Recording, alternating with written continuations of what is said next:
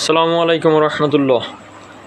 আরেকটি ভিডিও নিয়ে আসলাম, সেটি হলো অনেক দিন পর পূর্ণ শক্তি নিয়ে জেগে উঠলো যে সেক্টরটি। দেখেন, যারা আমার চ্যানেলে কন্টিনিউ আপনার দেখে এবং লাইক করে থাকে, হয়তোবা এরকম যারা আমার চ্যানেলের দর্শক বা ফলোয়ার আছে, তারা কিন্তু মনে হয় তাদের এখন পর্যন্ত নেট কানেকশন পৌঁছায়নি। আমার মনেই হচ্ছে, কারণ কন্টিনিউয়াসলি কিছু আমার চ্যানেলের শ্রোতা আছে যারা সবসময় সঙ্গে থাকে। দোয়া করি যেন তাদের কাছে নেট কানেকশনটা পৌঁছে যায়। দেখেন, একটা বিষয় যে একটি সেক্টর দীর্ঘদিন পরে পূর্ণ শক্তি নিয়ে কিন্তু জেগে উঠলো, এবং আজকের মার্কেটে যেটা দেখলাম যে টপ 11-এর মধ্যে 4টা শেয়ারই ওই সেক্টরের।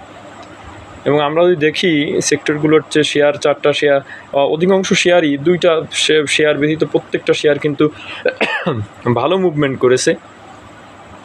দেখেন, এই সেক্টরটা কিন্তু অত্যন্ত আপনার ভালো একটি সেক্টর, এবং সবসময় আমি দেখেছি যে ইনভেস্টরদের এই খারাপ সময়ের মধ্যে গত 2-3 বছরে সবচেয়ে ভালো যে রিটার্ন দিয়েছে তার মধ্যে অন্যতম একটি সেক্টর হলো এই সেক্টরটি, সেটি হলো আইটি সেক্টর। আপনারা যদি দেখেন, আইটি সেক্টরের আজকে টপ 11-এর মধ্যে 4টি শেয়ার আছে। অগ্নি সিস্টেম হল্ট হয়ে গেছে, বিডি কম বেড়েছে, এরপরে ই জেনারেশন, আমরানেট, এই 4টি শেয়ার কিন্তু টপ 11-এর মধ্যে। এছাড়াও ইনটেক, আপনার আইটিসি, এই জাতীয় শেয়ার কিন্তু আজকে জেনেক্সেল, এগুলো কিন্তু গ্রো হয়েছে। শুধু এডিএন টেলিকম 30 পয়সা কমেছে এবং আইএসএন 10 পয়সা কমেছে। তাছাড়া কিন্তু প্রত্যেকটা শেয়ার কিন্তু ভালো মুভমেন্ট করেছে।